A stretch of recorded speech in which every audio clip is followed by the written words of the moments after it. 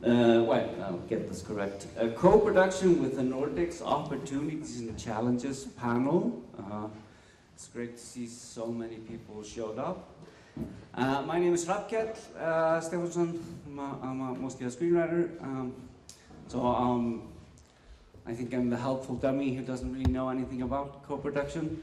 I think my only connection to it is when somebody goes, can you put a German character in this script? Because now we have German financing. Wow, that joke landed well.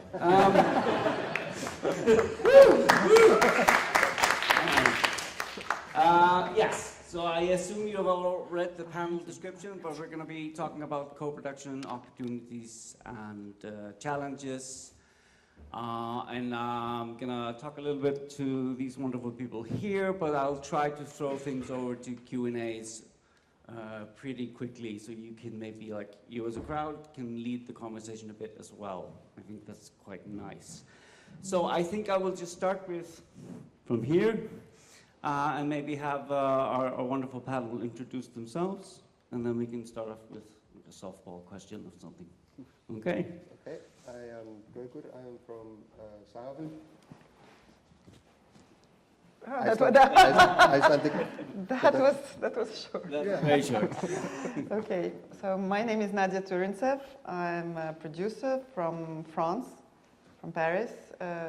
Former company was Nuuk International for 12 years until 2019, and since then Easy Riders Films is the new company, and we do co-produce quite a lot. Yeah. My name is 𝗘𝗺𝗃 I'm a filmmaker producer from Greenland, but I'm based in Copenhagen, and I have production companies in Denmark and in Greenland doing documentaries where we co-produce a lot, but we also have a production service company in Greenland where we obviously do production service, but where we also co-produce on international projects that shoot in Greenland. Yeah, my name is Aline Schmidt. I'm a producer from Geneva, Switzerland. I produce documentary and fiction features, mostly really creative ones. And I realized I think I'm the only one on the panel that have never co-produced with the Nordics, so I'm really happy to be here and to meet you all afterwards. Yeah, my name is Emil, the same as Emil, but Emil from Sweden. I run a company named Unlimited Stories. We do feature films and TV series in Sweden. We are about 5 producers employed, and yeah.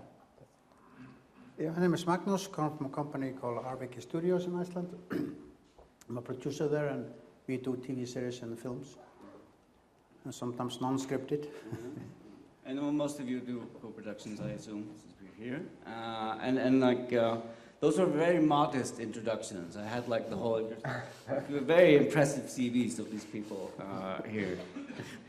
Maybe you saw them in the brochure. All right, so let's just start with, and maybe I'll just throw a couple of questions to everyone, and you can decide who wants to go first. Or if no one offers, I'll just point.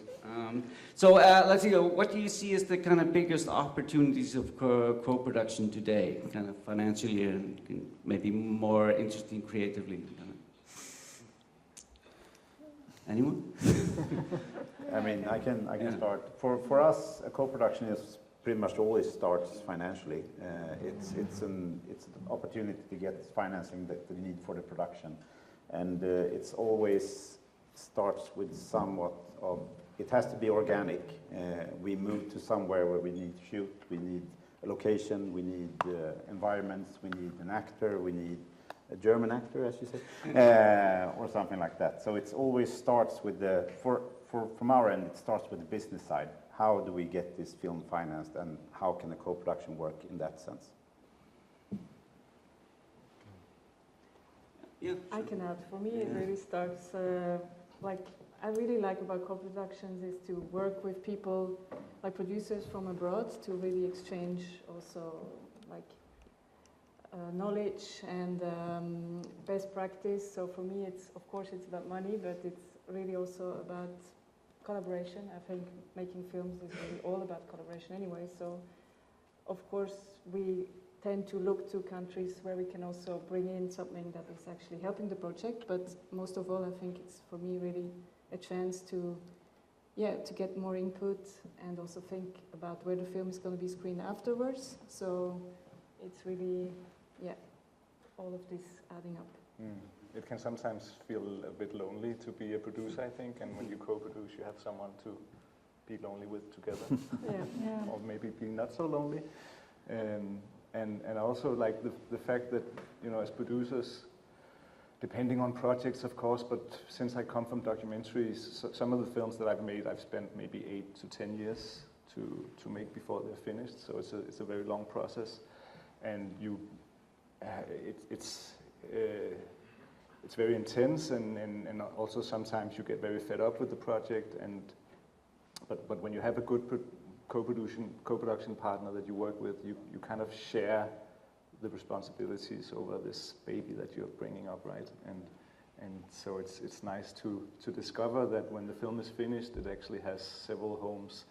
It has your home where I made the work, but it also has another home country and a home market in all these different territories that we co-produce with. And that's really nice to be in that together. Yeah, I mean, as we all know, I mean, the co-productions comes in all shapes and sizes, and you know, nothing is the same, at least from my experience. But I mean, it's so great to work with people from abroad. I mean, we come from a nation that has 400,000, so you know, and I mean, it's good to have co-productions with you to understand how the Europe work or how Scandinavia work, and creatively, you know, work with talents from all these countries, and you learn a lot from it. Yeah, I can bounce on that. Because learning, in my opinion, it's what we do always. So there's no better way of learning while doing. But if you repeat what you if you repeat the same thing, then you don't learn that much. And that's why I think you stick to the prototype industry that we work in. And it means that every film is different from another, and when you co-produce, you learn from the people you work with. If you're open enough, and if you're eager to take this step aside, and that's what co-production does actually. And in my opinion, it's really like kind of the essence of cinema. Also, it's a collective pleasure. Like ideally you watch it in a theater with other people, and so it's a collective pleasure to see films, but also to make them. You very seldom make a film on your own. I mean, some people can, but it's very, very rare. So you need a team to make it. So it's really collective. And the co-production goes with this idea of cohesive, collective that cinema has. So for me, it's even like more in the essence of cinema to co-produce. And internationally, well, if you don't do films for your exclusively for your inner market, then yeah, of course it's better to co-produce. I'd like to bounce off Magnus as well, because like he said, in Iceland we're only about 400,000, so it makes it almost impossible for us to do any series that costs more than 100 million or 200 million. So we really need this cooperation and co-production thing, and us at 𝗏𝗏, we're very fortunate to have good companies and people working with us from, especially from Finland and Norway and Denmark and Sweden, and relatively all over the world. Yeah. It's interesting when you just say smaller countries and maybe larger countries. Is there a when you do a co-production between a very small country and a very big country, is there a power dynamic? Like the bigger country, do they have more power creatively? What's your thoughts on that? That's a very big question and something that we deal a lot with. I mean, coming from Greenland, we have barely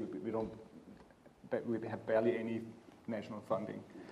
So it's very difficult for us in a co-production scenario to maintain ownership, because the way that co-productions are typically structured is that you have a majority producer that owns most of the film, and then depending on whether you're 2 partners or 3, you divide the cake, so to say. And the traditional funders, they don't really recognize anything but financial value. So whoever has the majority of the financing and the budget owns the story.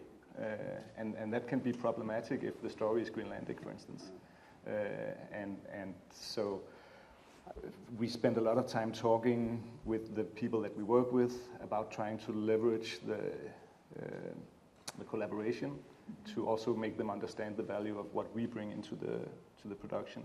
Even if it is in every aspect, like for instance, a majority French production, where they come with the director, they come with the money, and but we have what they don't have, and that's the authenticity in our storytelling and the access to the community. And you know, in earlier times, they could just shoot a film and go back to France and show it in cinemas, and no one would ever, you know, notice that anything was culturally wrong. But that's not the case any longer. So people will notice, and they will face the consequences if they do something that's really unethical. And that's what we try to use in how we have these conversations and build these collaborations when we do co-productions that are unequal in the sharing of power.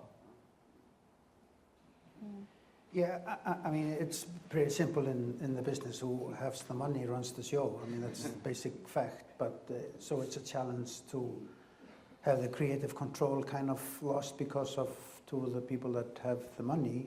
But in the end of the day, it could be also a good challenge, and you should look at it not as a problem, but just as a challenge to make the story better and work with it. And my experience that if the people are, you know, like the story and like the project, everybody's working to the same goal, and I haven't experienced that people are trying to ruin the project because of, you know, bad creative decisions. So, but you know, money rules, and that's the end of the game. Yeah. It's a very interesting question, actually. You're asking. I'm still like thinking about it because it can happen to anyone, even from a big country. You know, I come from France, and we have this ideal, you know, support scheme that is since after Second World War II. You know, so that everyone envies us, actually.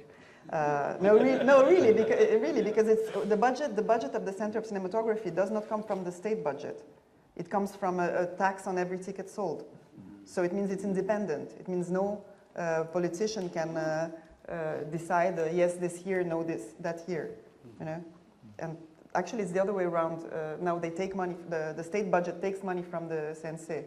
So it's an absurd situation. But regardless, you can be also a minority co-producer, and you can also not finance. It can happen. So this question of how you defend your stake, because when we work in co-production, I really, you know, work on development, on script. Very often I'm the only one to talk to the director or writer because the lead producer is fed up, or maybe more junior, or, you know, so I do all this work, and if at the end of the day you don't get the financing, then what?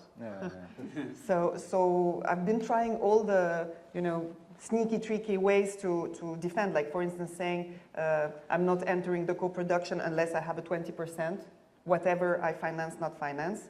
So sometimes the deal memo, they sign it, but then when comes the long form agreement, all of a sudden everybody forgot about it, especially if the lead producer managed to finance, you know. That's one thing. The other thing is to take author's rights. That could be another option. I saw other producers doing like, not in France because we're not really allowed to, but some countries where you can put whatever producer's fee. So you hire your producer's fee, and then you invest it. So it becomes your investment in the film. So your share is not like drawn completely in numbers. So there are various ways of you know, standing with what. And then the other way around, when you come from, you know, maybe a small country, and you co-produce with the first thing is you have to choose your partners, you know. Not have the one who's gonna pack money, you know. And that's one thing. The other thing is talk, always. Like always say, okay, you're financing I'm not going to find the, because equity, for instance, equity investments, you can put it in the financing scheme wherever you want. So you can agree that maybe the literature that you wrote, this is what helped getting the financing. Maybe, you know, the photos that you made, etc., etc. But then you have to really push for it and defend it, saying, okay, this financing, maybe it's a US or whatever, Finnish, from Finland financing, but it comes with what, you know, our work is. And then if you have a partner that is fair, because it's all about being fair somehow. You know, because you said like money runs the show. I really don't want to agree with that. It's horrible. It's like, no, but it would mean that if you are able to finance, then you are able to squeeze or crash the others.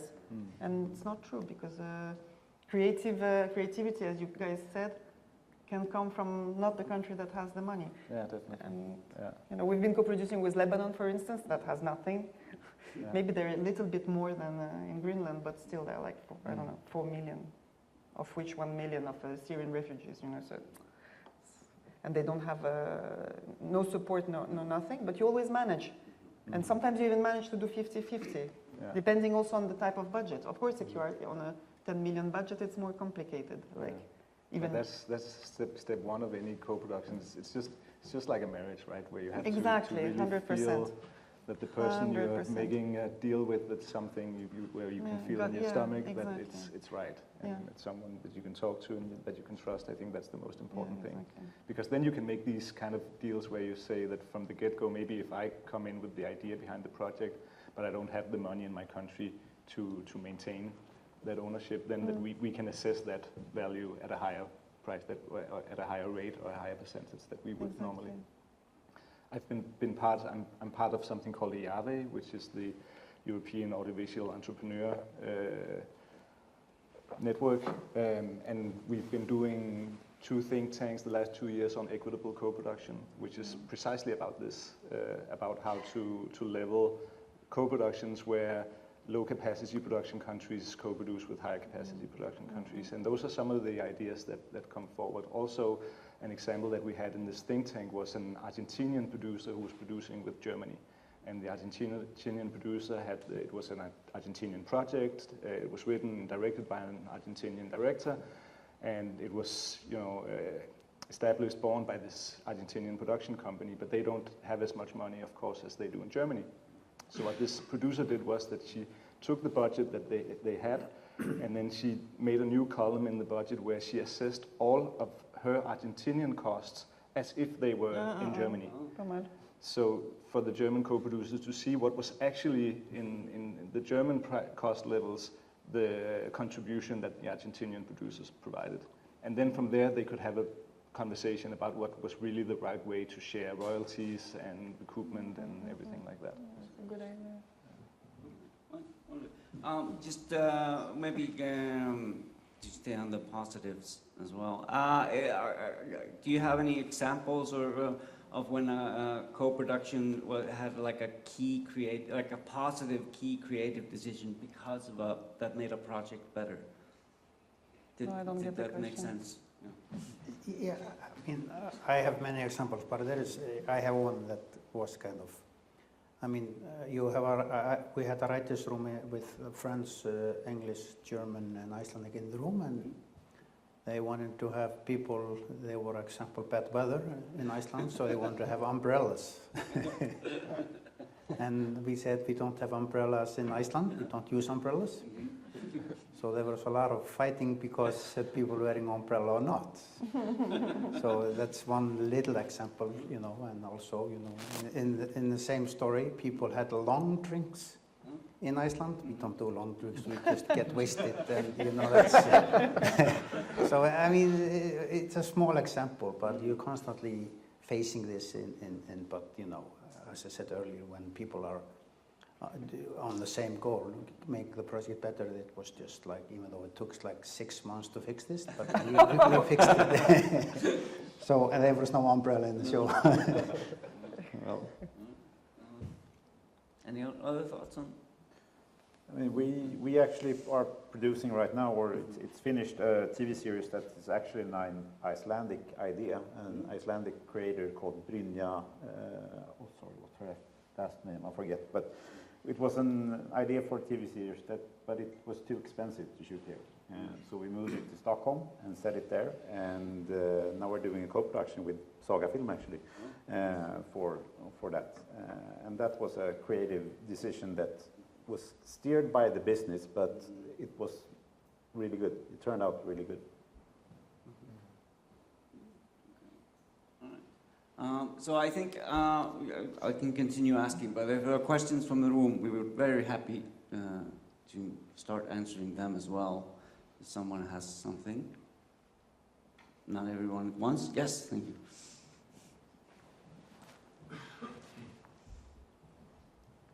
Hey, this question is for everyone.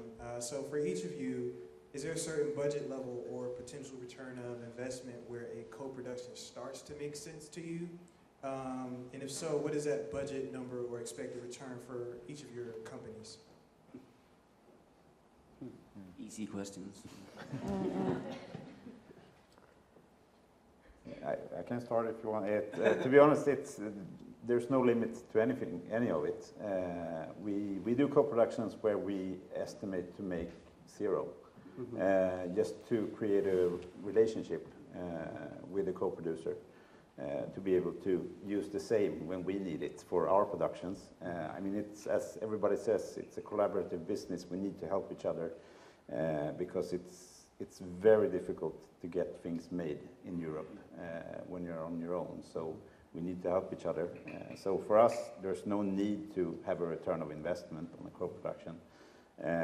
We don't want to, you know, put in our own money and pay for it, but we will help and apply for fundings in Sweden for. We're doing one of those right now with a Norwegian company, where we get nothing except for investing our own fee in the film, which we don't expect to get back, to be honest. And there's no limit to the budget. It's just about the project. Yeah, thank you for the question, because it reminded me that actually my goal would be to get out 15% of what I bring into a project in a minority co-production, but actually I think it never happens. But it's good to have a goal anyway.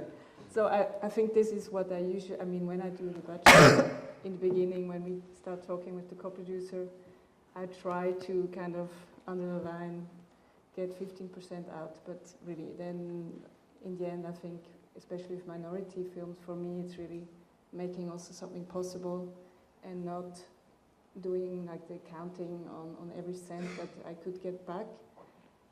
But I think also what we said before, I think it's always also putting your limits and knowing what you want. And for sure there are projects that are maybe more commercial, where it's probably normal, and it should also be a goal to get maybe some return on investment that you could maybe invest on another project that is more creative. So I think all in all it's, it's knowing the people you work with, but also knowing your proper limits and goals and needs. And of course a company has to get some money in to work. So it's, I think it's also normal to look a bit on what you get back. Sometimes it's maybe a good festival selection and contacts, but sometimes you just also need money to come back into your company. So. Yeah, and it's also really important to remember that it's different for all of us, because I run a quite big company where we have junior producers that need to learn, and these are excellent examples for them to do that. When you're a producer alone, you need to get paid for your time. So it's different for all of us. Mm-hmm. No, but also your question is relevant in terms of co-production bilateral agreements or co-production agreements, because if you can't finance or have at least 10 or 20%, depending on the agreements that you have, the countries that do co-produce, then you won't be able to benefit from the nationality of your country. For instance, I will give you a simple example. Where in France we have a lot of co-production agreements, like bilateral, with a lot of countries. But when I choose to co-produce or not co-produce, I always look at the agreements, see if we can go, if it's 20% or 10, or sometimes for some countries they allow 5. It means 5 on both sides, 5% of the, the budget that you have to finance. So of course, if you go for a super high budget, then you probably won't be able to, to finance it unless, once again, unless you are in a big country or the project is fitting in. So what you do is that you look at the the budget of the film, then you look what you are able to finance for that given film. Like, would you have a broadcaster, or you can't have a broadcaster?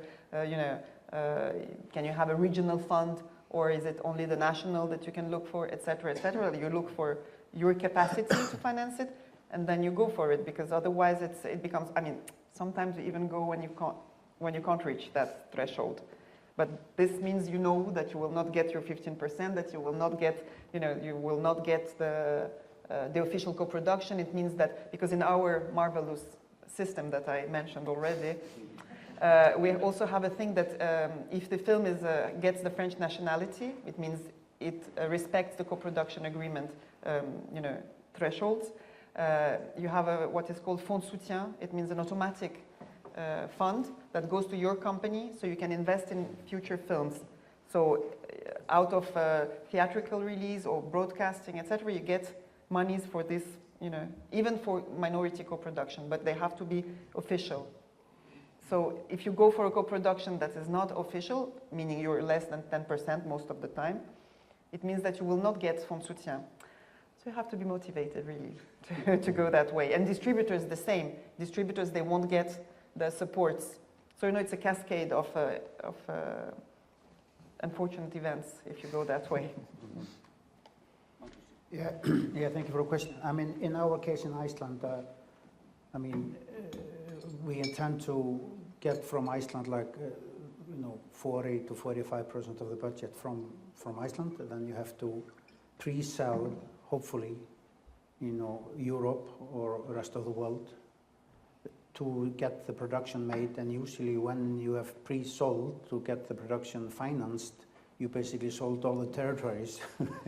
So it's, it's just like, so you have to make sure that, you get your finance for the production. You should be able to gain something from that, because you can't really count on, later sales, but that's just like then a plus. So the business model, at least for us, is really, really strange. Meaning Iceland. But we, of course, are producing in Icelandic, and which is a good, strong language, but not many people speak it. But of course, all the major territories in Europe, dub or put their language on it, so it's better for us in that case. But yeah, the business model for selling TV series is difficult for us here in Iceland. Thank you all. I see another question. Hello, thank you for being here. Myself and some of the other young directors from Britain are very happy to hear how you all like to co-produce together. England itself does not necessarily have the best history of wanting to play with our neighbours, but for us young directors, that's what we're interested in. So post-Brexit, how have you all found, is there an appetite for co-producing with the United Kingdom or not? What do you think about that? It's Please horrible. Yeah. It's really horrible. Guys, move to Ireland, move to Iceland, move to somewhere. It's unless you want to do the copyright way, the US way. If you want to go with the author's rights, if you want to have a development, public funding, if you want to have soft money and all that, there is a very small co-production scheme in the UK, but it's very small. Otherwise, it's all equity. They count only equity. Like when they share, we just did a co-production. It was insane. Like so basically, what Film 4 brings, that's the only money that counts. Everything that you bring is like soft money. So it makes it really complicated. I think Marcus has a... Yeah, hi. I was just thinking about Brexit, what's wrong? Sorry, I just came from a series that were produced mainly, throughout UK, Iceland and US. And the Brexit thing is a real problem, when you go into the support system. But of course it's, you have to be aware of it, and you can of course work around it. And in my experience, producing a project in English, it's much easier sell than, for example, Icelandic series. I mean, that's for sure. And I mean, if you have a good strong project, and in my experience, good strong projects they actually sell, and there is appetite for good strong projects. So I mean, it's just basically creative, and I wouldn't be afraid of coming from UK to talk to European producers, not at all. Would you say that as well for like first or second time directors looking to maybe shoot a project across the UK and also here or? Well, the problem is with first-time director or second-time director. It is difficult to sell, especially, and you have to have it in the contract. At least my experience, you have to have it in the contract that if somebody that are financing the project, likes to change the director, you have to have that in, and it's quite sad in that sense. But that's how it's done. So that's one thing. But as I say, good project, and as a producer, I look at me as a somebody that is helping you make the project right, and we are investing in your creativity. Not that I'm not bringing in creativity, because I'm investing in you, and that's the battle lies there, not other way around. Thank you. All right, we have a question here.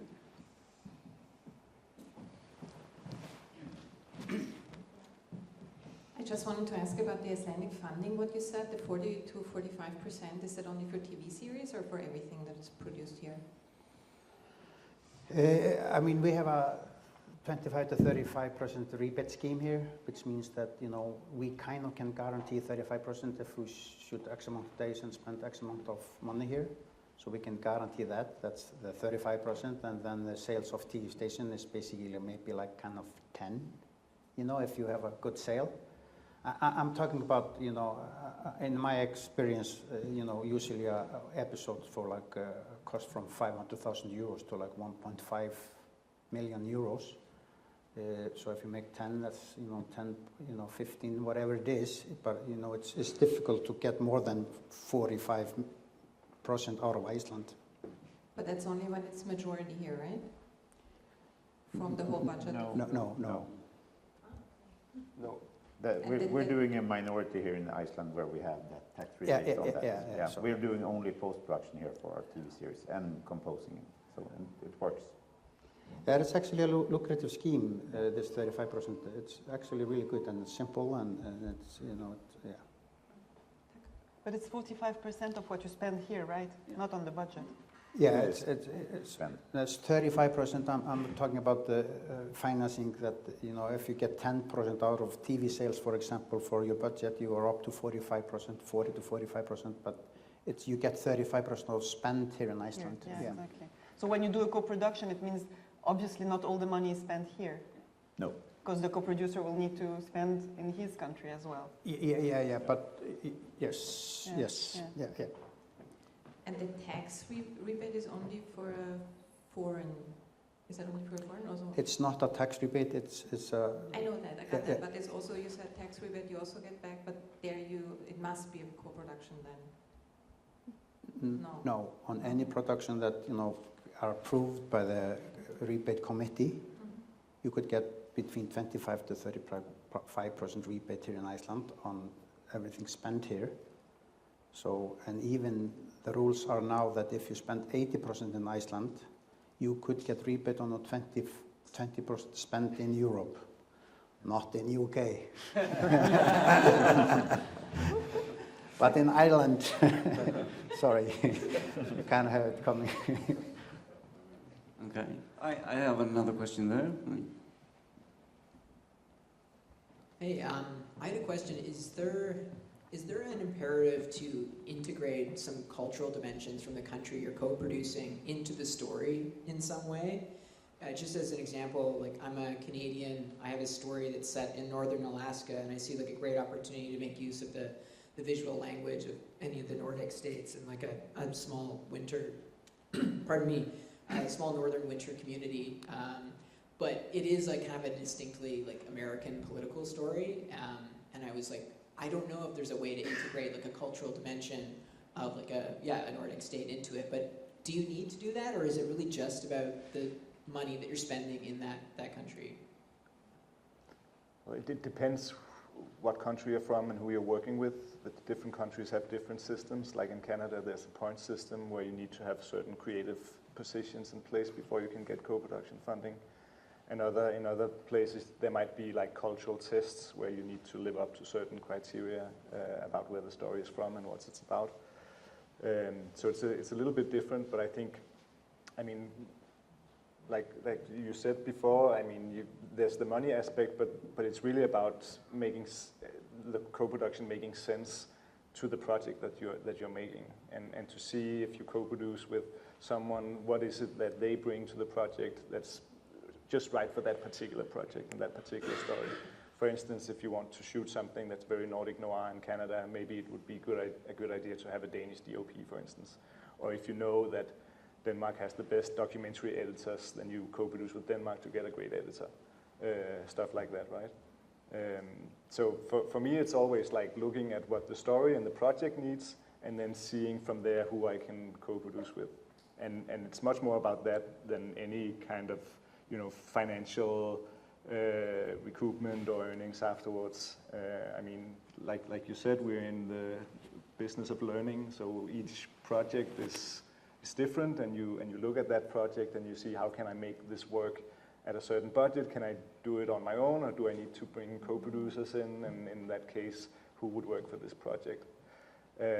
I did a film that came out 2 years ago, and that also played here, called 𝗿𝗺𝗳𝗄 Colonized, which was a documentary, and it's about a Greenlandic human rights activist who relocated to Canada, and so she was, you know, under the Danish colonization in Greenland when she grew up, and then she moved to Arctic Canada and was subjected to the Canadian colonization of Inuit in the Arctic, and therefore twice colonized. So we wanted to make this a co-production between Greenland and Inuit in Canada, because, you know, we're the same people, we have the same history and culture. We didn't decide that someone would draw a line on the map separating us from one another. But in order to do that, just for me to work with co-producers that were also Inuit in Canada, and where the story was also taking place, because that's where the main character lived, we found out that that wasn't possible. It wasn't possible to abide by the Canadian rules for how you do co-productions because of these thresholds that are in the treaties. In Canada, for a minority, you need to have 20%. And Canada is so, I mean, incredibly set and strict on these rules. I mean, there's no bending whatsoever. The Nordics are much easier. So I think that's the bottom line that should come out of this talk, because co-produce with the Nordics, because it's the most flexible place to co-produce. But anyway, I had to open a company in Denmark to be able to get Danish funding, because Greenland is not able to get funding directly from Denmark for film. And my co-producers in Canada found out that they didn't have the track record that would allow them to get funding from the National Film Institutes in Canada. So they had to make an interprovincial co-production with a company in Montreal. And so we had to abide by all these colonial rules to make a film that was basically about decolonizing our cultures. But it was so important for us to have that collaboration, to have that cultural sharing in this particular project, because that was what it was all about. So we went through all these hoops and managed to make the first ever co-production between Inuit across colonial borders, and a project that is now also changing the funding system in Canada to make it more flexible towards co-productions with indigenous people. Now, for instance, even you can be a Greenlandic citizen and an Inuit from Greenland, and you can count in the Canadian system as Canadian, because it's the same people. It just happens to be on two different sides of a colonial border. So these are things that we work around in the co-productions, and where we at the same time actually shape the system. And the very good news is that the Canadian-Danish co-production treaty that we work with is now being changed, and the thresholds are being lowered, and it will make it easier for us to work together. The Canadian-Danish co-production treaty is from 1997. So it's just like, it says a lot about the system and how rigid it is, that these rules were made like 40 years ago or 30 years ago, where the whole production landscape was completely different. And that's what we need to change, and we can change that when we work together. Just as a quick follow-up, so it's really more about like a dialogue with whoever your co-producer is going to be in that country, and that there isn't like, there's no state with a point system that's as rigid as specific at Canada that we need to be mindful of when we're thinking about it. Yeah, I mean, look at who you might want to work with, and then talk to people about what the rules are, and also how it can work in a financing scenario. And then with your funding systems, look into how strict they are. I think there was one in the back first, and then I think that's fine. Or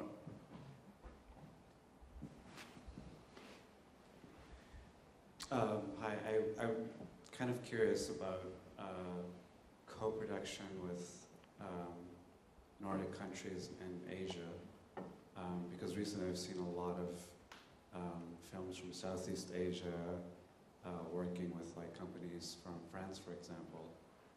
Like there's a lot of new Cambodian filmmakers, for example, who are working with French companies. And what's the experience been like? Because I'm from Canada, but I'm originally from Myanmar or Burma, and you know, my home country has like no film industry almost. It's very underdeveloped, and to make a film there, we would have to almost be a third-party co-production with, say, Canada and another country. So, what has your experience been, if you have, working in Asia? It's actually the only continent I've never done a co-production with, so I'm not able to. We just did a co-production with the Philippines. The lead producer was in Singapore, and that's the one with the UK. So everything was super smooth until the UK came in. Basically, what you do is you find the countries that have a bilateral co-production, and you build the co-production around this. We had that actually with Canada, with Chile. We did a co-production France, Chile, Canada, and the official one was Chile, Canada, because we didn't have enough financing from France to be in the thresholds, while Canada could. So then you can build it the way you want. If you are in Canada, you can always go through France and a third country like Myanmar or Cambodia. But Cambodia, you know why. France is co-producing with Cambodia. No need to draw big designs. You know, it's history, colonial history. So you can always do it like this. You don't have to, you don't have to get the third country as in an official co-production. And it's feasible. You have enough international funds that have, we didn't talk about it yet, but you have, 𝗙𝗵𝗏𝗏𝗏 funds, World Cinema Fund. You have, in Southeast Asia also, you have like, I can't remember the name now, but there is one CIFIC, no, something like that. Korean Pictures. Yeah, that is for the co-productions there. So it's enough to have two countries there. For instance, Singapore that has, solid also state support. So if you go Singapore, Myanmar, and Canada, maybe you can build something with France. Often it becomes like usine à gaz, we say in France. Something that might explode. But still, 4 countries is, 4 countries is still feasible if you don't put the UK in it. I didn't say anything. All right. Before we go to the next one, I would just, because you touched on funds, are there kind of funds or institutional support who are most valuable in your work in co-production? Yeah, 𝗬𝗏𝗧. 𝗬𝗏𝗧. Because we're talking a Nordic co-production, so of course 𝗬𝗏𝗧 is what we always aim at. Always look for. It's good. I mean, you have to reimburse it. It's not like free money, but still, they go after, of course, the minimum guarantees, and then they go pari passu with the other investors. So it's and they can finance up to 17%. Usually, it's around 10-12. 25 for documentaries now. Yeah, for documentaries is more. For women directors also, they put it higher. But actually, in the facts, they very seldom put more than 450. So if you have a bigger budget, it's never going to be your 25%, but still. Yeah, this 𝗿𝗂𝗵𝗻 is very good financing, but this is a Council of Europe countries, and for like if you talk about Asia or other countries like Latin America, you have regional funds, like I don't know. So 𝗿𝗂𝗵𝗵 𝗂𝗵𝗵, and it goes in development as well, which is also very interesting because development money is often the most complicated to find. And co-development is always a good way because you said it's like a marriage, but it's good to have a fiancé, to be engaged. And it's the co-development. You can always have a co-development agreement and then go co-production, engagement, and then wedding. Around the parallel. So you just have to check according to the region which funds are relevant. There are many. It sounds, for us, we probably do a bit bigger budget because 𝗬𝗏 for us is like 5% of our budget, so it's not that much. But for us, the most important thing is a functioning tax incentive or tax rebate, and that's not easy to come by in Europe because they work somewhat sometimes. So choose your country wisely when you go, because we are still chasing tax rebates for films we did 4 years ago in some countries, and sometimes it works like clockwork, like Iceland. Anyone more thoughts on? No, just maybe on a less complicated level. I mean, just the ground rules. I mean, and this is also because we're talking about the Nordics. We are lucky to have in the Nordic countries film institutes that are quite similar, and that all have these minority co-production schemes. So that's always where we start, at least with the films and the documentaries, especially that I make, and also the fiction films that are made, the cinema art house films that are made in Scandinavia, even from 𝗿𝗂𝗫𝗃 or 𝗿𝗏, they always go through the co-production minority schemes in the film institutes. And the film institutes are really good at working together. The co-producers are used to working together in the Nordics, so there's a lot of experience. But it's also very competitive. So, you have where the typical Nordic way of working with film grants is that you have a commissioning editor who makes a subjective decision on whether or not to support a certain project. In the minority schemes, they have an editorial decision where they make a joint decision based on a lot of different criteria, also commercial value. And that makes it a little bit less predictable. And also if you work together with a production company several times, you heighten your chances. So there are these like tricks that you can learn when you work in the Nordics. It works quite well for co-productions. And the only country I think that doesn't have a minority scheme is Greenland, because we don't have a film institute yet. It's coming next year. Oh, well. That's great. Also, one fund that we didn't mention, because it's in development, always very tricky in that extent. Because usually you can, even in the minority schemes, you very seldom have the development. Yeah, only in Finland, I think. Yeah, oh yeah? Yeah. Hallelujah. Yeah. But you have production. For development, basically it's Creative Europe. It's media development. That's the only one you can apply. And then now they raise the amounts, so it's very fair amounts that you can share between the co-production countries. So this is a very helpful fund as well. We have a question here and then there. Yeah, thank you. So it's a question as a writer-director, where I already know that the movie gonna be a co-production because it's a road movie. So my question is, like, for example, I'm French, but I'm based in the UK. But my film, I want to shoot it in Bulgaria and Romania. So my question is, which country do I start first? Like, is there rules, or is it just based on the nationality of the director, for example, or the producer? I don't know.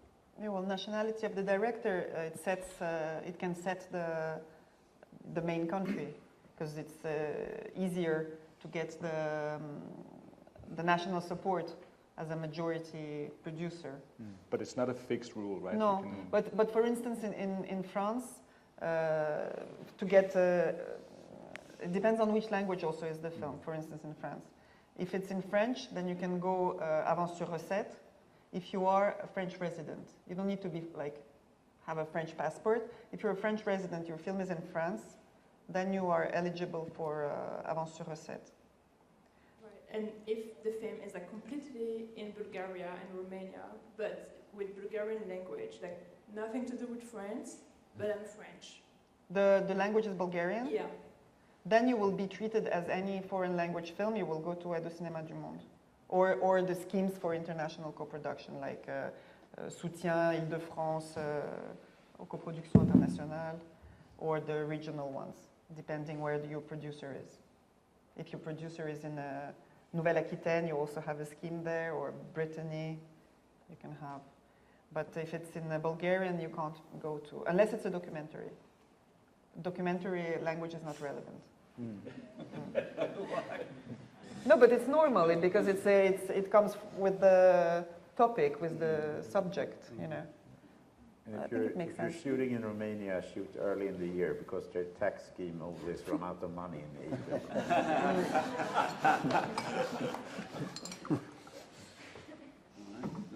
Was another question there?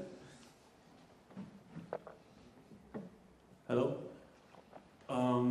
Since I guess there's a lot of young and upcoming filmmakers in this room, I just wanted to ask this question, and my information might be wrong, but I went to, as a producer, I went to a meeting with the Danish Film Institute regarding co-production, and the person I met there was very honest with, he told us everything about how it worked and how we could utilize it, but he was also very honest saying that the Danish Film Institute, their incentive to do a lot of co-productions is that they can get awards or have the Danish Film Institute attached to awards, and that if you brought a young director who hadn't won a lot of awards or would be have a high chance of winning awards with this film, that they wouldn't support it. And they said that normally, like Snow Globe, they have a lot of really big international directors, and then they can attach and do posts or something, and the Danish Film Institute can attach their name to some kind of award or something. So just since there might be a lot of upcoming films, is this true? Is this a uniquely Danish thing, or how? Yeah. I know it's true for Denmark at least. I mean, they do give a rejection based on it's a first-time director, but sometimes they also grant it. It's not set in stone, but it's true. It's very much a prestigious scheme, so they really need to have the films that they support go to Cannes or Venice or these places. Yeah, it's the same in Sweden. I would say it's kind of natural. The regional funds and the institutes, it's political in all of our countries, so they need to be visible when they give money to things. So awards always helps. That's how it works, unfortunately. It's much easier when you come with a director that has been to a festival or won an award. I just thought it was important little note for a lot of, because you can start to dream a lot and then hit the then we crush them. Yeah, that's good. Yeah. But it's not like that everywhere. Because you have, for instance, in France, it's separate. You have a scheme for first-time directors, and then for second and above, or first, second, and then above. So if you go to Aide au Cinéma du Monde, for instance, which is the Center of Cinematography, the national fund for foreign language films, you have a scheme for the first-time directors. So you compete with only first-time directors. Yeah, it's to be a first-time director. I saw numbers for this that was brought up by, I think it was in the EU that has brought up that the last 8 years, 17,000 films had been made in Europe or the EU. 50% was made by first-time directors. So there is opportunities. 15? 50. 50, half. 50%, yeah. Oh, wow. So it's harder for second-time Yeah, directors. the funny thing, 80% of those first-time directors never made a second film. Yeah, exactly. So first time, go for So it. the second film is much harder than the first film. But never stop dreaming. No. Or doing. Or doing. Or both. I think we had a question in the back there.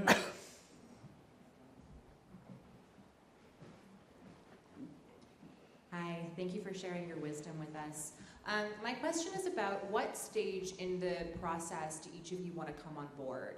For example, I'm a Canadian screenwriter. I have a script under option. I have producers on board. We're looking into co-productions, and then we're also looking to attach a director. Do you want to be more involved with development? Do you want to be more involved once some key players are in place? Yeah, I think we like to, I mean, for minority films, like to know already that something is in place, not coming really right in the beginning. And usually it would be the producer, the main producer, that would come talk to us and not the writer or director. So just to see that really already something is in place in the main country, this for sure helps for, I mean, and for, even for Switzerland, we cannot start financing, and I guess it's the case for everyone. If not 50% is in place in the main country. So it's really, it's rather at the end of development, maybe we start talking first time, we meet at the market or somewhere, and then really we get involved when some money is in place in the main country. Yeah, in my opinion, in our company, we would like to be involved as soon as, I mean, in early stage. So we like that rather than come in a later stage. So it's better for us to, you know, be involved in the development because it's we find it's easier to sell it like that. Thank you. Yeah, if it's a European co-production, it's more interesting to come on board at early stage because then you have this Creative Europe media that you can apply. And also you cement the relationship with the co-producer. It's I have the feeling it's more stable somehow, like for the engagement once again. You have time to also make sure that you're talking about the same film, that you look in the same direction, which is super important to move forward. And hence, but you said one thing. You said we don't have a director attached. That's something we very rarely do, like to have a script and then attach a director. At least in France, we always have this idea of auteur, scénariste, réalisateur, you know, the one that grabs it all. So this is trickier. If you come with a script to see a producer and you don't have a director, I think it might be more complicated. Also because it's the director who, you know, you finance somehow. Yeah. But I mean, was the idea that the director could then maybe come from another country and that would be an incentive to do the co-production? Correct. Yeah. So that's an opportunity maybe. Yeah. So you come with a script and you have to think of... You can find a French director. Who would want to do a script that he didn't write. Yeah. Find him. Go find him. Yeah, right. I think in our case, in the case that you're talking about, I think you would, it doesn't really matter when in the stage, but you have to come with a clear vision on why you're coming to Sweden with such a project. If you're looking for a specific Swedish director or something like that, then you can come to us. But if it's just to find a director, it's really hard, I would say. Yeah, most probably. And then the beautiful thing, of course, with the whole marriage metaphor is that you build relationship with co-producers over time that you then try to work with again and again if it makes sense. And then, of course, you can develop the project together from scratch if you know that you want to work with the same producer that you already have a relationship with. Yeah, it's true. Once you have a dialogue, like a smooth dialogue, you want to keep it. Same with a producer-director, but producer, co-producer also. Yeah. You would tend to go back if it was if it worked well. That's why if there is a recommendation, it's avoid the one shots. Like it's to not be short-sighted. Yeah. Try to look a bit further. Yeah. Maybe besides the UK, are there any kind of common obstacles that you tend to face again and again with co-productions, or is it always different? I wrote them down because you tend to forget, you know. really. It's a long list. We have time. What were the? Yeah, short-sightedness. That was one of the obstacles I put. Communication. I think communication really is key. All the times that we got, pardon my French, screwed in a co-production, it was I blame half myself for it. Of course, I blame the co-producer, but I blame myself half of the responsibility because I didn't communicate correctly, and I didn't, put warnings, and I kind of sweep under the rug, thinking, okay, it will solve by magic. It never does. So I think communication is one of them. Also creative communication, because I have experienced a few times where you co-produce and you find the funding in the other country, but you also have to spend them there. So you have to work with creative people. Maybe you hire a DOP or an editor or someone else in the country. And then to have conversations where you actually find out that you want to make the same thing and that you understand in the same way what you mean when you say a creative documentary, for instance. And on some projects we've spent a long time making, having a common understanding about what the quality of the film that we were making was. And for one project, that was also a Canadian co-pro, where we wanted to have a Canadian DOP, and all the guys that the production company kept suggesting, they were just like, all the things that they did was like very TV style filmmaking. And then in the end we said, okay, let's see some DOPs that are known for fiction. Let's have fiction DOPs. And then we kind of came into an understanding of how we wanted this film to look. So that can sometimes also be an obstacle, that you have different ideas about what it is you're doing. Yeah, this goes together with the point system. That's also one of the tricky things, because a lot of countries have this point system. So you have to have like head of departments, that a certain amount of head of departments, and they don't always count the same. So then after a while you understand, like music counts a lot in Canada, doesn't count a lot in Finland, et cetera, et cetera. So you end up knowing all these things. So you end up knowing the Canadian composers, if you want. So point system can be tricky, yeah. If you want to keep it, the artistic input at the level that you want, I would say. Currency is a trick. Yeah, but especially with countries that have, moving currencies. We did we did a film with Turkey. It was very tricky. Actually, Turkey. Yeah, Turkey. It was super tricky because devaluation, etc. So you have to fix. Beforehand. Same story with Argentina.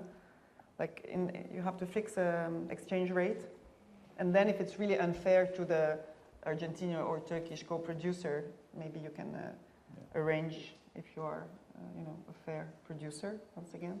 Yeah. Because sometimes you get really because of that, and it's beyond their control. The currency is can be really a problem. We have had an amazing hit rate with doing co-production in Turkey and Iceland the last couple of years, where the values have gone like that. And in Turkey we couldn't fix the rates, so that is a major financial hit. Did you lose or win? Lose. We lost big time. You can win. Yeah. Anyone else? Yeah, I mean, creatively, it's always a challenge to be in a co-production, and especially in TV series when people with different territories want maybe their version of the story, because that's what sells, and you have to kind of make different edits of your projects, which is always difficult and can be quite of a battle. But logistically, I'm absolutely right. The current exchange can be a problem, but also cash flow, because it's, in my opinion, it's difficult to, even though you sell, you don't get paid often until you deliver the file or the product. So you have to kind of finance the gap, and that can be really, really expensive. And so that's one of the major problems, at least here in Iceland. Yeah, I guess money in general. I mean, it's like, and coming from Switzerland, where everything is really expensive, sometimes we have discussions with co-producers. Why would this be so expensive? I mean, doing the mix, I don't know. And so, but again, it goes with, of course, talking and really trying to explain and, yeah. But I got once a bill of a co-producer on Christmas Day for the end of the final accounting, and he thought that we earned too much money, and he wanted 2,000 euros on a 900,000 euro documentary. So I was like, okay, if you send me this bill on Christmas Day, I'm just gonna pay it, and we never talk again. So, yeah, but I think it's what you said. You have to talk all the time. Make sure that expectations and are just leveled and clear. Yeah, because talking, it allows you to anticipate somehow, to avoid the Christmas Day I saw it coming. present. Yeah, you saw it coming. But anyway. Yeah, but sometimes you see it coming and you don't, put the limits or put the soon enough. You think, oh, it's okay, she will forget, or she will understand, or she will be fair. No, or maybe he will forget during the Christmas holidays, but no. That doesn't happen.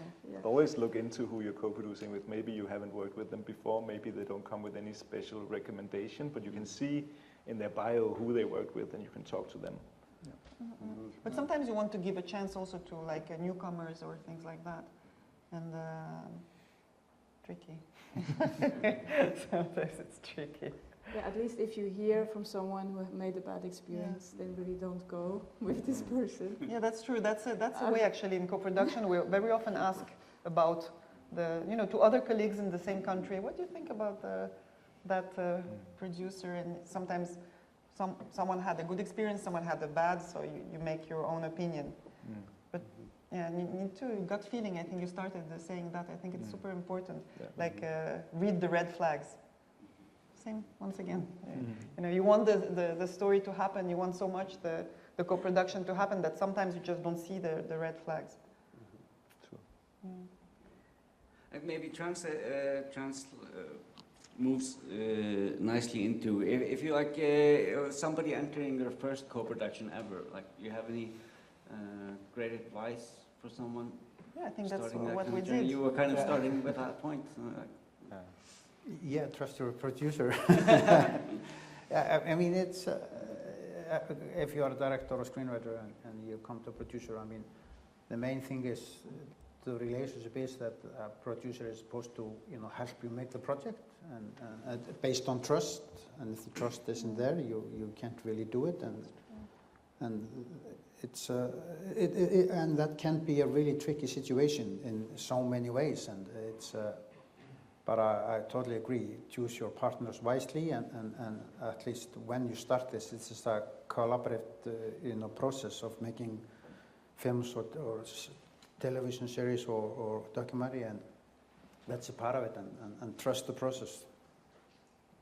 So it's a good sign that you are sitting next to each other on this panel. Is it going well? Well, we're going with Saga Film, actually, not with him. So, and we're sitting far away from each other.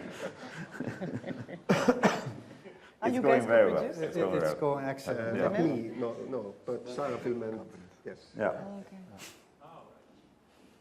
I've generally always tried to find co-producers that had more experience than I do, to have someone that I could also learn from, and maybe companies that have bigger administrative muscle than I do, so they could carry a little bit more weight and help out some of the things that I'm maybe not as good at. But you should tell them before you meet. I mean, if you expect something of your company, you should tell them. Yeah, that's true. That's true. All right, we have a question here. Hi, I'm Adi. I'm a film director myself. I've been for a long time in that business. It's like, how's your experience with, because at least here in Iceland, a lot of the directors, both for documentaries, especially for documentaries,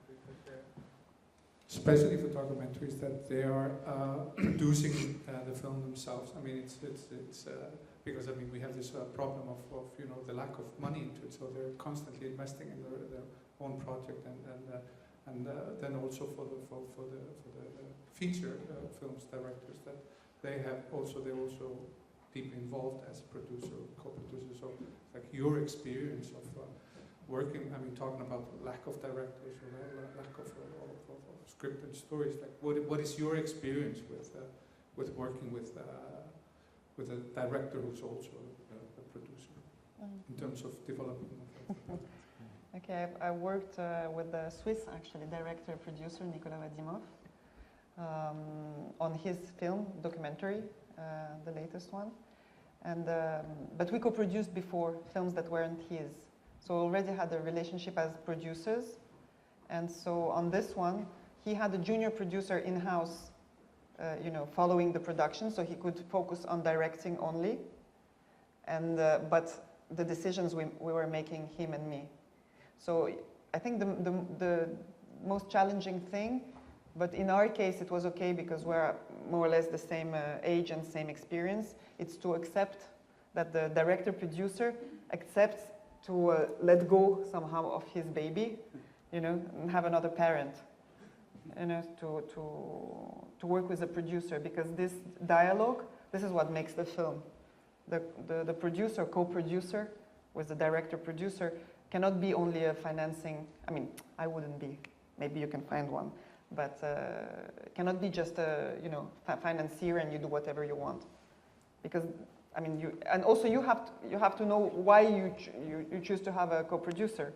Is it only for the financing? If it's that, then it has to be clear from scratch, from the beginning. If it's to have, you know, maybe a view on the market that you don't have, maybe, you know, contacts that you might not have in terms of marketing the film or making it, you know, grow somewhere. What are you aiming at? That's the main thing, in my opinion. But then it has to be somehow clear. For instance, 𝗘𝗺𝗵𝗵, he knows that, like, for instance, the market, it's not his thing. So everything about sales, about festivals, was on us. You know, we were the French co-producer. Also, texts. I'm good at editing the text, so he kind of let me do that. And editing, same thing. I was always with him in the editing room, and we took decisions together. So, but if you're open to that, somehow it needs to be clear. If you're going to be keeping your film and saying, oh, I don't want your opinion, it's going to be more complicated, I guess. Would it be a problem for you to come to a film funding agency in France with a minority project and it's from a director-producer? No. No? No. Actually, we didn't get the financing on that one. Another case where you have to fight for our share because there is no financing. But the input was so important, and we're both conscious of that, and, you know, been talking about the communication, been mentioning that. We'll see. No, I don't think it's a problem. Especially in small countries, I think they would know that it's not easy to have a, you know, maybe a producer, maybe, yeah. They would accept that. But it's tricky. Personally, I find it tricky working with directors, producers. Yeah, I mean, what you just said, I think it also applies in the beginning when you, when you choose your producer, or when I choose working with a director, to really know what everybody's expecting from each other. So I guess the same is with the co-producer. Like, to be clear, some directors just want like an accountant, some want to really, really, it's true. And I think it's important to be honest. And some producers are just accountants, so they'll go with this guy and not with me, who also likes to involve with creative stuff. So I think it's the same about choosing then the co-producer, to communicate again, to say what you actually expect and what everybody can bring in. In Switzerland, we also have a lot of director-producers. And lately I was doing quite many times, like, they produced the development, the directors themselves, and then I came in as a producer on production stage. But there also it's really important to make clear who is doing what and what are the responsibilities. And then I only do it as producer when I love my work, so I want to be able to do my work. And not, then the director really has to step down as a producer in a way. But again, it's really all about finding agreement of who does what, because this is the best way to collaborate, I think, the most efficient way, even though within the process and as you go on, sometimes things change, and then you talk again. But yeah, I think there are many different options and ways to collaborate anyway. I think maybe also a lot of directors would feel nice to just lay Yeah. back a little bit and let someone else take over that part and just focus on. You mean from production? Yeah, yeah. Mhm. Yeah. But But it's, if they're used to be their own producer, it can be tricky. Well, Magnus should be very experienced with that. What's your thought about that? Yeah, I mean, it's a really good question. And when it comes to documentary, I mean, documentary production can be, you know, from using your phone to like, you know, doing a huge production. But I mean, in general, and now you can, now you see in many TV shows and many films that, you know, more of the creative sides are getting, you know, producers credit. And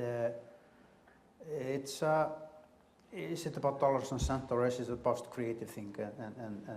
And my experience, that's why I mentioned the dollar rules, is that, you know, it's always good to have somebody in the room that, you know, can make the final decision, you know, because if that's not the case, sometimes it can be a bit difficult to move project forward. And I always said, if you're not willing to share your ideas and work with others, then you should just do it alone. And it's difficult to do this alone because this is a collaborative of many people. So, and you know, there's a reason they screen films, because they want to get opinions before they show them. And you know that we should you know, embrace that process. We have a question here. I think it's always good to learn by bad experiences. So I would like to ask. What were your biggest mistakes you have been doing in your post-production? It's the post-trauma, you know, you tend to forget, really. Yeah.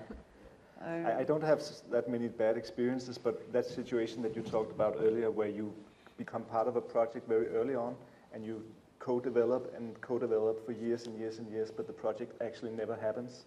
And that can be super frustrating as a minor co-producer, because the writers have been able to get grants for the writing and for all the prep and everything, but I have been working basically on a volunteer basis for years. So that I hit myself in the head after that. So that's one thing. I can probably That's share. it? So many stories. We did a film in a co-production with South Africa, which the film was good. It became a good film, but we're still waiting for the tax incentive. And to be honest, the rules in South Africa are so difficult to understand. And we had a co-producer that tried to explain them to us, but the cultural differences are so vast that you can't understand it. I mean, for instance, they judge the tax incentive based on the color of the skin of the crew, and the darker the skin, the more tax incentive you get. Really? So the crew was switched out from day to day because they found someone that was darker. Yeah, this sounds like a sketch, but it's true. So it's very difficult when you don't understand the culture and you don't understand the political scheme behind the funding. And that's sort of like something that we learned, that we need to understand this more before we go down and shoot there. Yeah. Okay. I think my worst experience in co-production was the case when the budget is not held by the producer.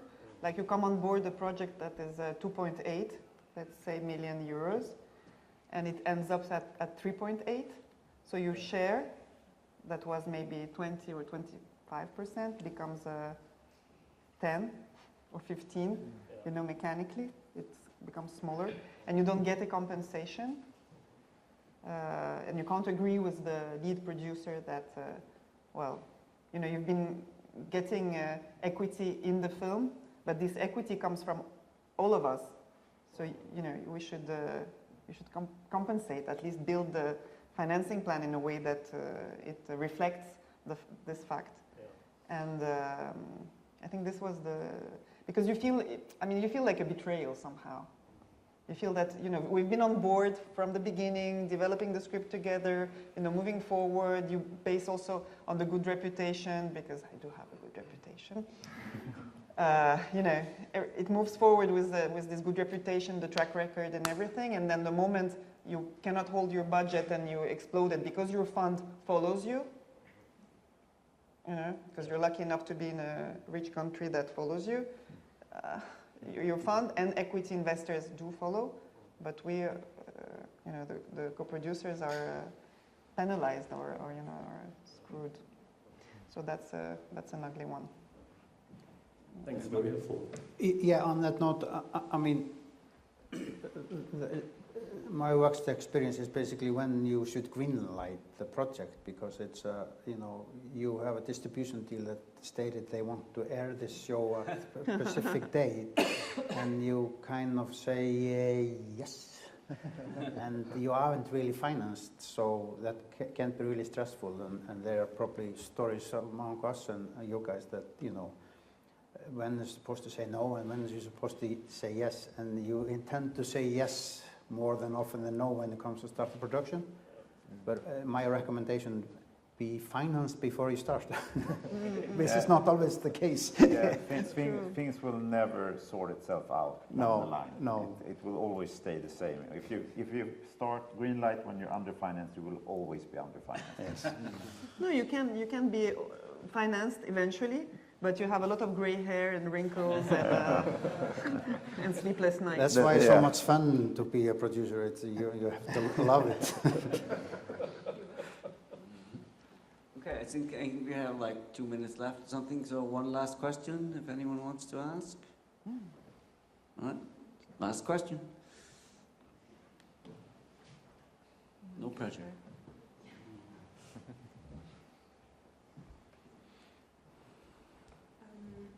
Well, it's maybe a naive question, but what's wrong with the UK?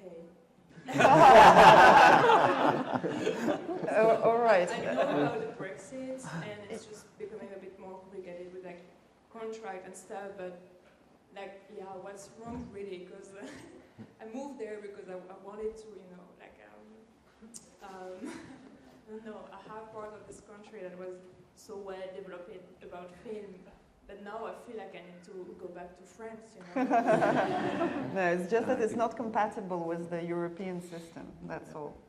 So you don't get media support because it's not in Creative Europe, you don't get Eurimage because it's not in Eurimage, you don't get, what else? You're under copyright, not under author's rights, so it makes it very tricky to organize the chain of titles, chain of rights, yeah. Okay, to name only a few. Then you have the system, because we work most of the time with reserved countries, like the French producer keeps France, the Belgian gets Benelux, etc., etc. If you come from smaller countries, you get, like, for instance, if you're from a Baltic country, you get the 3 of them. If you're from ex-Yugoslavia, you get all the Yugoslavia, ex-Yugoslavia, etc., etc. While the UK, they share everything. There is no such thing as a reserved territory. So it makes it tricky for bigger countries, which are, for instance, France. We have a serious market, so. Why would I share with it's already complicated to finance and to get income.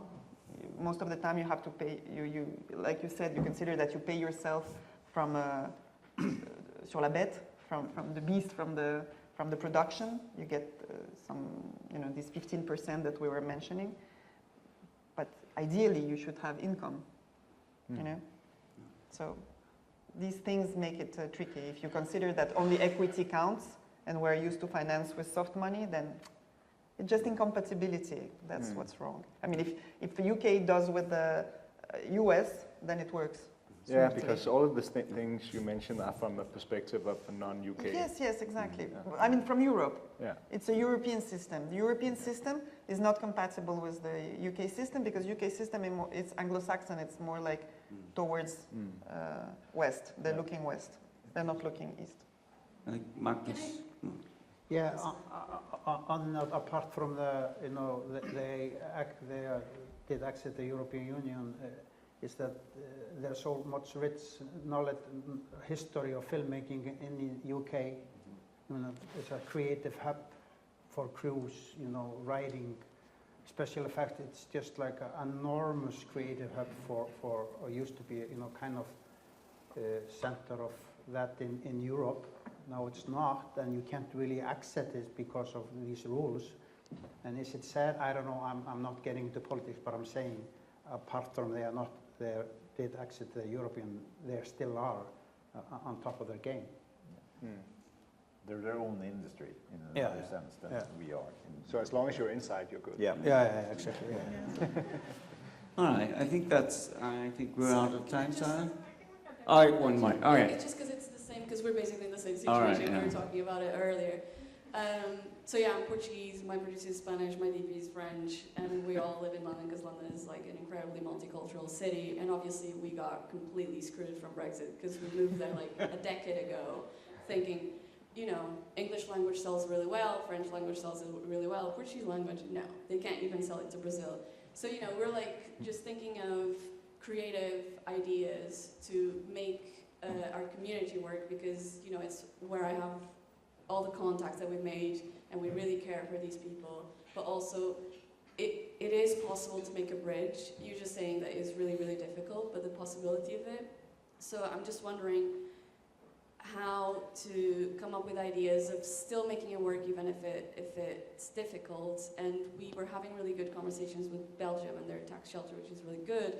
And they were like, UK is not a no-no, you just need a second country from Europe. So Belgium, let's say Spain, UK, and let's say you can get not quite soft money because Film 4 is not really soft money. At all, but, not at all. Yeah, exactly. But let's say you got 30% of the full budget from that, and then getting the other two countries to come up with the rest, and then obviously we all get the equity back, and then, all from the tax rebates, because they're all really good, and we just increased it in the UK as well, which became really competitive. But obviously that's really new, it was this year, and everyone's a bit like, we haven't seen it, so let's see if it works out. But like, is there hope for us? No, but already you said 30% from UK, it means you can't apply to Eurimage. No. It has to be 20. Is not an option, basically. No, but you could if you're under 20% in the UK. The third country, the country coming from outside of the country, UK would then be minority. Yeah, has to be under 20%. Do you think it can be minority in the UK if it's shot there? If you go with the minority co-production scheme, there is one. With Eurimage? No, I mean, in the UK you have a minority, I think it's BFI doing it. Yeah. Yeah. It's small, very small amounts. Yeah, and regional funding. But yeah, okay, cool. Yeah. Thank you. All right, so we're out of time. Thank you so much, panel. It's been, I learned a lot. Thank you, Tanya. Thank you, Tanya.